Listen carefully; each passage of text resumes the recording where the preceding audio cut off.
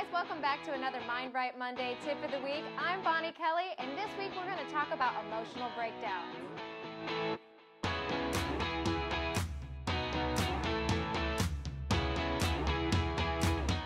Welcome back to another Mind Right Monday Tip of the Week. I'm Bonnie Kelly, and this week we're going to talk about how you can overcome emotional breakdowns.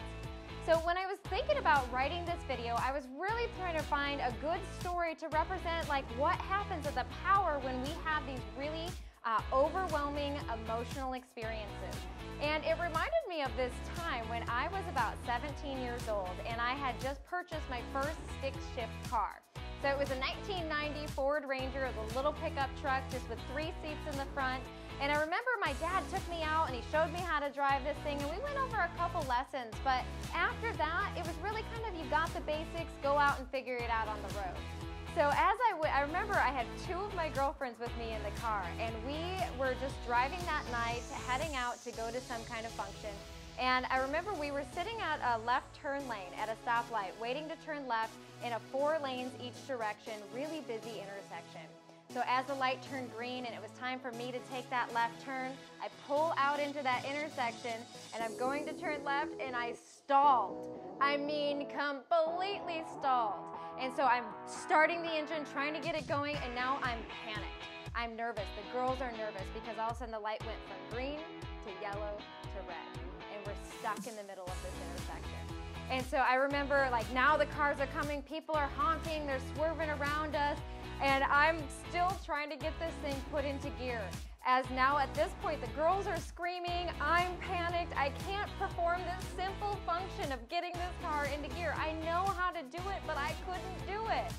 And it wasn't until my girlfriend that was sitting in the middle of the seat, after a few minutes, which felt like an eternity, put her hand on my hand and said, Bonnie, just take a breath. And I took a long, slow, deep breath, and as I exhaled, I was able to slowly release the clutch at the same time of putting that sucker in gear, and finally, we were moving. So that day, it sounded like a perfect representation of what emotions can do to your physical and mental body. That as I was stuck and the panic and fear was running through my body, it immediately put me into this place where I was not able to perform a simple function. So when you're in the middle of these types of emotional breakdowns like I was, your judgment is impaired. Your body is physically flooded with cortisol and adrenaline. The adrenaline rushes, raises your heart rate, while the cortisol in your bloodstream starts to shut down any non-essential brain functions, which is basically that fight or flight mentality. Your body is just in a place where it's trying to survive. So your body and mind are forced into that fight or flight or freeze response, and we start to make impulsive decisions. So we are just filled with this panic and we're unable to perform simple tasks like in my story of shifting gears. But just like in my story, there's also simple solutions, and that's going to let me tell you about your tips this week.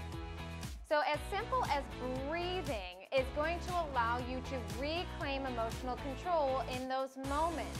So a lot of times what you don't realize is that when you are having an emotional reaction, when your body is flooded, when your mind is clouded, and you're unable to perform a simple task, you're also not breathing.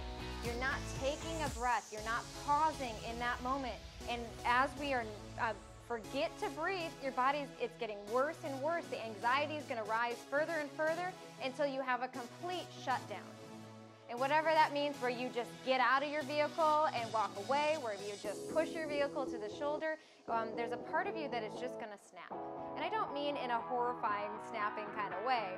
What I mean is that it just has an emotional breaking point.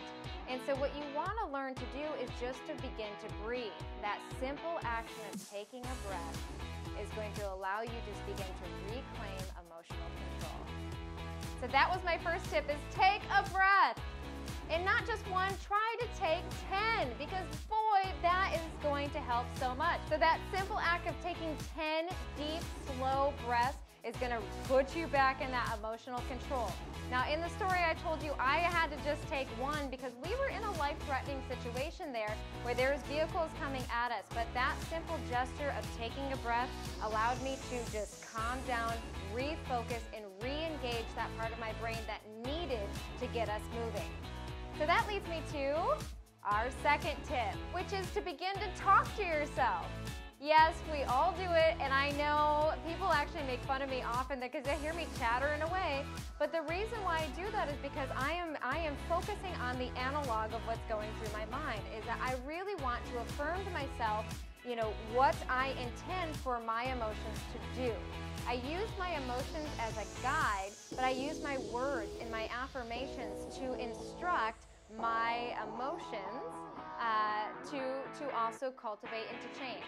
So in those moments of an emotional breakdown is begin to affirm to yourself that you are safe, that you've got this, that it's okay, that it is safe for you to be in control, is that you can handle this, that you are a survivor. Whatever it is that words of affirmation followed by that long deep breath is really going to help you reclaim emotional control. All right, so this is my third tip. If possible, give yourself a time out. So it's so important that when you have these emotional reactions is to realize that you're on a quick, short route to going out of emotional control. And so to begin to learn to take emotional responsibility, and the way to do that is to give yourself a time out. Now in my story, that's where I was stuck in the intersection, that wasn't possible for us. It wasn't at a safe place for me to say, okay, 10-minute timeout for me to be able to recompose myself and then we'll get moving. Right? We really needed to get moving there. That's why I say tip number 3 is, if possible, give yourself a timeout. Because think of the other places you begin to have emotional breakdowns. In relationship, at work, at home, with your children. So these are all places where you probably can take 10 minutes to go recompose yourself. And just by removing yourself from the stress of the situation, or even just for a few minutes, you give yourself the opportunity to calm down. Okay, so were those good tips? Good, because I have another one. Here's my 4th tip for you, is to turn on some mellow yellow music. You hear me talking about music all the time, right? Well, yeah, that's because there's a reason. Is that when you are allowing yourself to hear music, it influences your mood and your emotions, right? So that is really important for you to be able to have some mellow yellow music, whatever that is to you. I personally am a huge fan of Inya and Yanni. These guys just really soothe my soul. And so when I need to just decompress and to de-stress, you'll hear me listening to that stuff. So it's a good example. One of my colleagues and I just drove through Los Angeles, and we happened to catch it at the wrong time, and we got stuck in 2 hours of traffic. So we knew that that was going to put us 2 hours behind from our time frame, and so we decided to put on some Jack Johnson radio. And we were blasting it and singing it and laughing, and it really made that 2 hours really a fun, enjoyable experience for the both of us. Okay, so 4 tips, is that enough? No way, because I have one more to help you reclaim emotional control. So here's my 5th tip. And finally, it's to remind yourself that this moment is temporary. So we are so often in those moments, we immediately think like, oh my gosh, this is permanent, or I hate this, or I hate this person, and we just are making irrational decisions. So remind yourself in those moments, this is temporary. I need to go take a time out, to go pause, to begin to take emotional responsibility. So that leads me to our quotable of the week, which is, breakdowns happen more often when you fail to do a tune-up.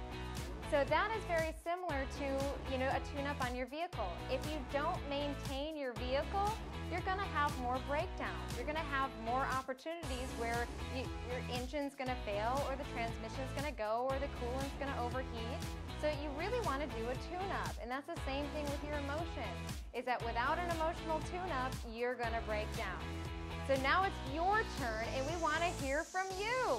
So comment to us below and tell us maybe one of your quick tips to help you when you're having an emotional breakdown. So don't forget to connect with us on social media and email us your emotional questions to getinspired@bonniekelly.me. Did you like this video? Well, we have tons more just for you, and you can find them at bonniekelly.me. But that's not all. We also have plenty of other tools and tips and also events to help you on your personal development journey. So make sure to get plugged in and join us, because if you're ready to get rid of those feelings of not being good enough and end that cycle of self-sabotage, then join us. We have a live event coming up this weekend, and we would love to hear from you. We always have 2 or 3 days events that are sure to spark an emotional revolution and to help you start being your best self. Join the thousands of others who have learned how, and follow us at bonniekelly.me. Until next time, my friends, keep being awesome.